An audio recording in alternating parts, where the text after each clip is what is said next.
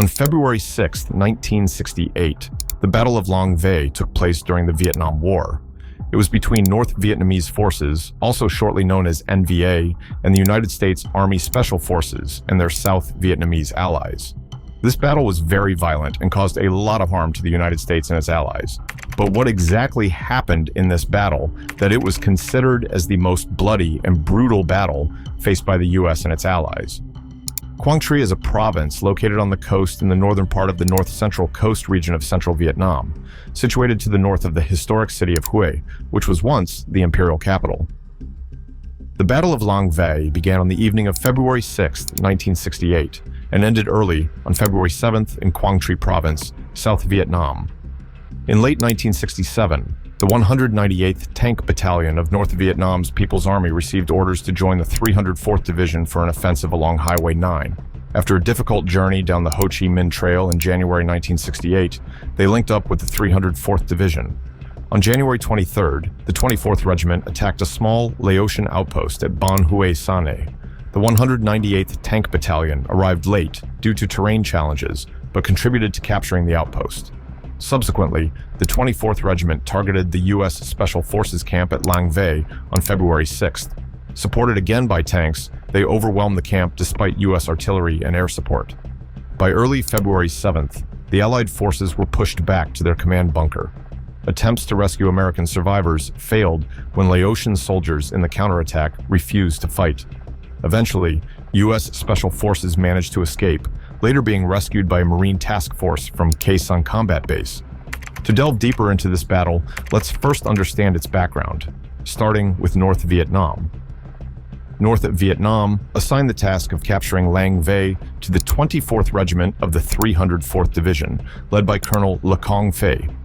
They were supported by other units, including the 2nd Battalion from the 101D Regiment of the 325th Division, the 2nd Artillery Battalion from the 675th Artillery Regiment, a tank company from the 198th Tank Battalion of the 203rd Armored Regiment, 2 sapper companies, 1 anti-aircraft gun company, and 1 flamethrower platoon.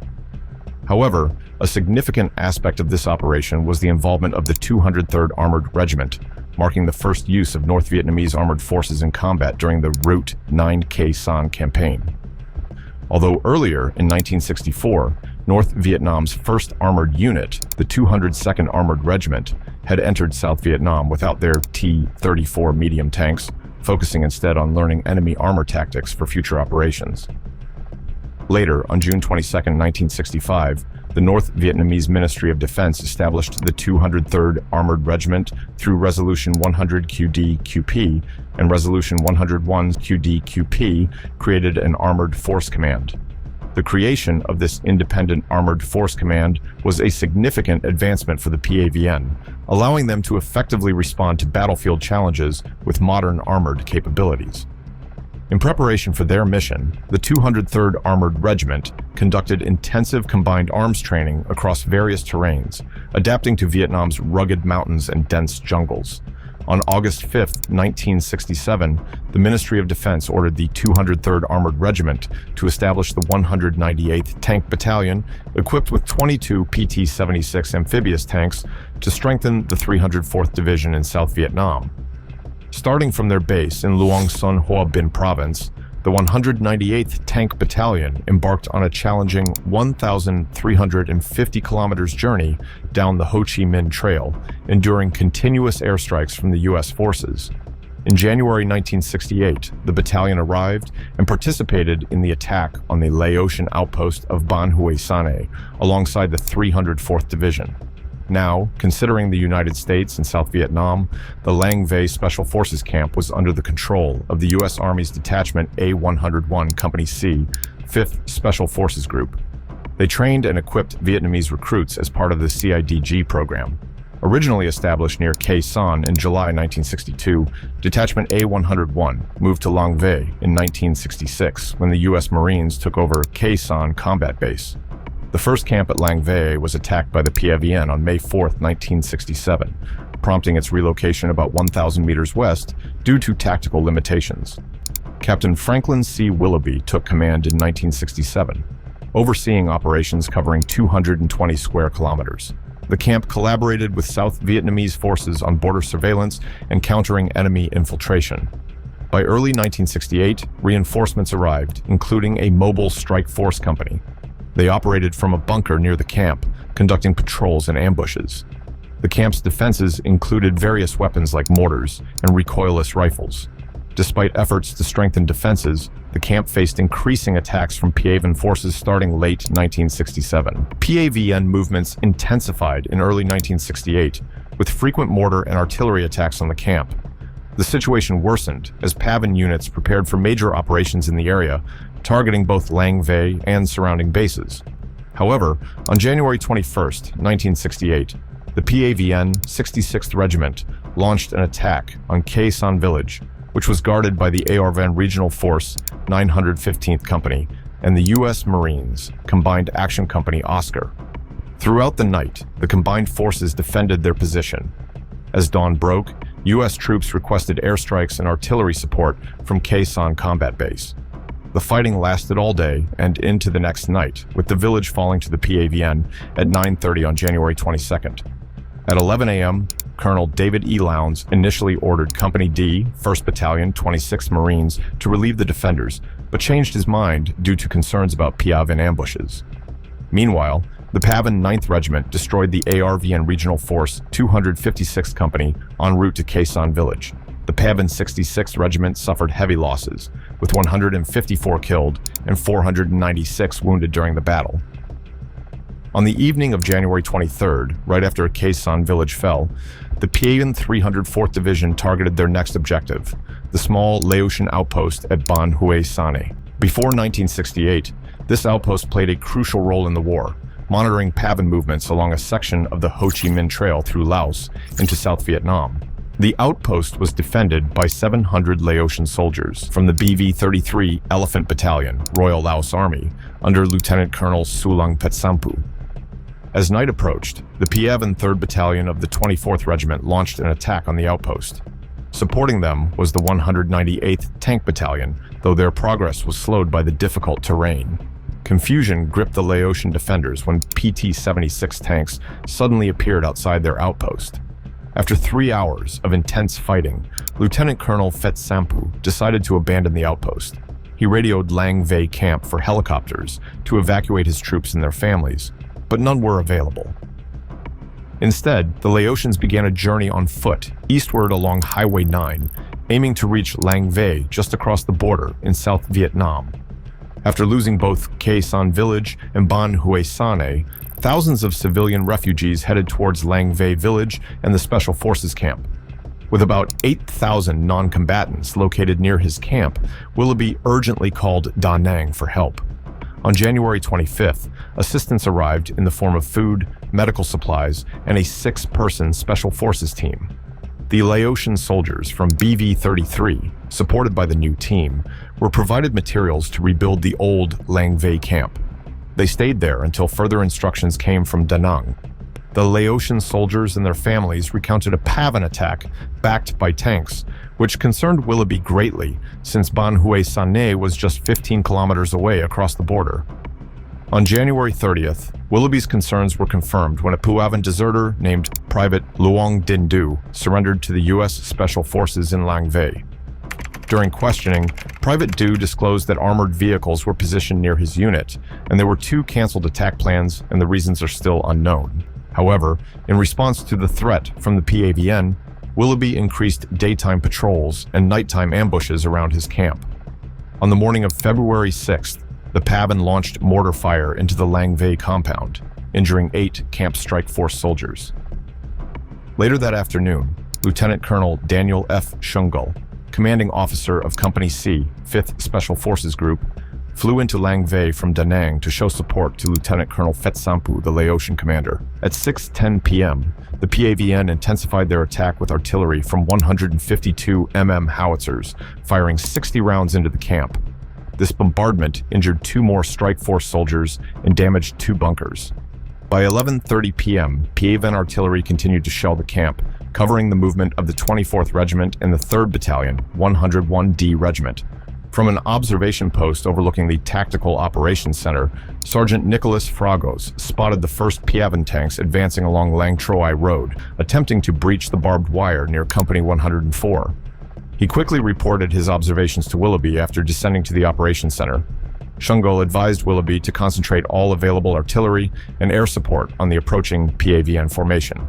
Shortly after, Sergeant First Class James W. Holt used a 106 mm recoilless rifle to knock out 3 PT-76 tanks, but the PIAVN infantry combined with tanks managed to breach the barbed wire defenses in front of Company 104. Meanwhile, inside the Tactical Operations Center, Willoughby was actively coordinating air and artillery support. He also tried to get reinforcements by radioing the 26 Marines stationed at Khe Sanh for 2 rifle companies, but his request was turned down. Willoughby believed the attack on Company 104 was the main thrust of the enemy's assault, so he focused his artillery support there early in the battle. About 10 minutes after the artillery barrage began, a U.S. Air Force forward air controller arrived over Lang Vei with a flare ship and an AC-119 shadow gunship. Willoughby promptly requested airstrikes on the ravines north of the camp along Lang Troi Road and in the areas west of the early warning outpost, manned by HRE soldiers from the Mobile Strike Force. Despite the intense airstrikes and artillery bombardment, the PAVN managed to breach the defenses around Company 104, forcing the defenders to fall back towards the positions held by the 2nd and 3rd Combat Reconnaissance platoons behind them. By 1:15 a.m., the PAVN had seized control of the entire eastern part of the camp and began firing on Company 101 from the area previously held by Company 104. However, at the other end of the camp, 3 PT-76 tanks breached the barbed wire in front of Company 102 and 103. At close range, the tanks destroyed several bunkers with their guns, forcing the soldiers of Company 102 and 103 to abandon their positions. Those who survived either retreated to the reconnaissance positions or headed west along Highway 9 towards Khe Sanh. About 800 meters westward, Sergeant First Class Charles W. Lindewald, an advisor to the Mobile Strike Force, alerted Willoughby that the early warning outpost was under threat of being overrun. Lindewald directed artillery strikes on the advancing PAVN troops, but he tragically succumbed to a gunshot wound to the stomach as the outpost fell. Around 1:30 a.m., Lieutenant Colonel Shungel and his hastily assembled tank killer teams were engaged in combat with roaming enemy tanks in the Company 104 area. Despite efforts, the American M72 rockets often missed, jammed, misfired, or failed to disable the PIAVN tanks. By 2:30 a.m., the PAVN had breached the inner perimeter of the camp and began harassing the soldiers trapped inside the Tactical Operations Center. Among them were Willoughby, 7 other Americans, 3 South Vietnamese Special Forces, and 26 CIDG soldiers. Above ground, US and ARVN soldiers who had survived sought to evade the PAVN forces. At the team house, a small group of 4 Americans and approximately 50 CIDG soldiers convened quickly and agreed to escape through the northern perimeter, where there was less PAVN presence visible. They managed to breach the barbed wire barrier without significant difficulty, but their movement was detected by PAVN soldiers positioned on the eastern side of the camp, who opened fire on them. In the end, only 2 Americans and roughly 10 Vietnamese soldiers successfully fled, finding refuge in a dry creek bed that provided some concealment. Around 3:30 a.m., Willoughby made another plea for reinforcements from the Marines at Khe Sanh, but once again, his request was denied. Similarly, Company C headquarters in Da Nang attempted to secure reinforcements from Khe Sanh, but this effort was also rebuffed. Ultimately, Company C headquarters put another Mobile Strike Force company and a company-sized unit on standby in Da Nang, ready to be airlifted into combat at the earliest availability of helicopters. Back at Lang Vei, the PAVN persisted in harassing the remaining soldiers trapped in the command bunker with a barrage of hand grenades, explosives, and gunfire down the stairwell leading into the bunker. Shortly after 6 a.m., several fragmentation and tear gas grenades were hurled down the stairwell. A voice in Vietnamese demanded the immediate surrender of the American-led forces.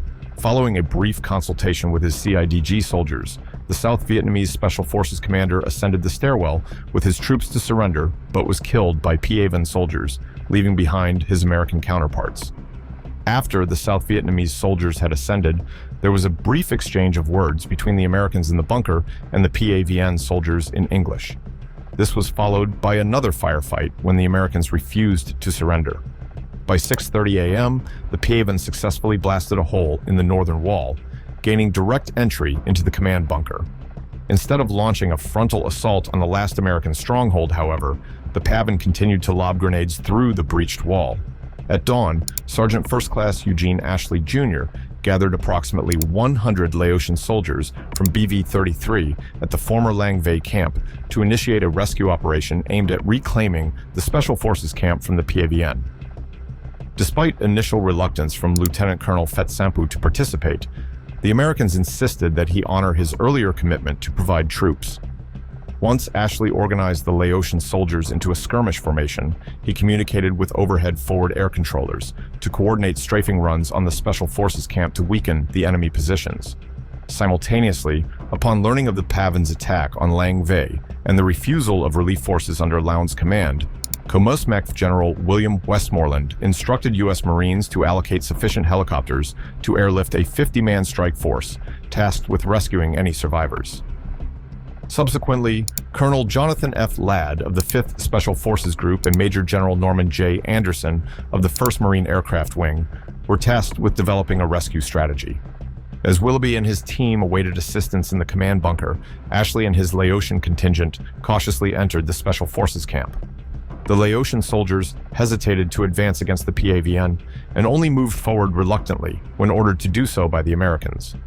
Their initial attempt to breach the PAVN lines was repelled, but undeterred, the American-led forces persisted in several subsequent attempts to penetrate the enemy positions. The assault ceased only after Sergeant First Class Eugene Ashley Jr. was fatally wounded by an exploding artillery round, having been shot in the chest earlier.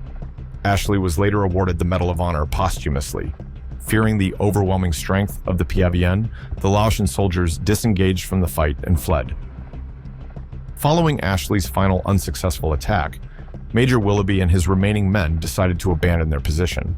Tragically, Specialist 4 James L. Moreland was critically injured and unable to be evacuated due to the condition of the surviving Americans. Taking advantage of U.S. air support, Willoughby and the other survivors retreated toward the old Lang Vei camp, where they were airlifted out by Marine CH-46 helicopters from HMM 262, along with a 50-man reaction force. By 5:30 p.m. on February 7th, all known survivors had been evacuated to Khe Sanh. However, the battle at Lang Vei was short, but very costly for everyone involved. The South Vietnamese and Montagnard soldiers defending the camp lost 309 killed, 64 wounded, and 122 captured. Of the 24 American soldiers there, 7 were killed, 11 were injured, and 3 were captured. Almost all of the camp's weapons and equipment were either destroyed or taken by the enemy. For the North Vietnamese, this battle was notable because it was their first successful use of tanks in the war. They reported losing 90 soldiers killed and 220 wounded. After the military fighting ended on February 7th, the civilians who survived the old Lang Vei camp had a tough time. Around 6,000 people, including CIDG soldiers, their families, Montagnard tribespeople, and Laotians, sought refuge at the Khe Sanh combat base with the Americans. However, General Lowndes refused to let them in, fearing some might be enemy soldiers. Instead, he made them stay in bomb craters without food or medical help, guarded by soldiers, while the base was still under attack. This treatment angered Phet Sampu, a leader among the Laotians, who felt his people were being treated like enemies. By February 10th, some Laotian civilians chose to walk back to Laos, preferring the dangers there to the uncertainty at the base. Eventually, on February 15th, Phet Sampu and his soldiers were flown back to Laos with the help of their embassy in Saigon. So this is it, my folks. I hope you enjoyed watching today's video. Let us know what your thoughts are about this intense story in the comments.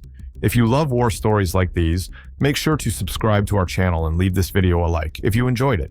Till then, take care of yourself. See you in our next video.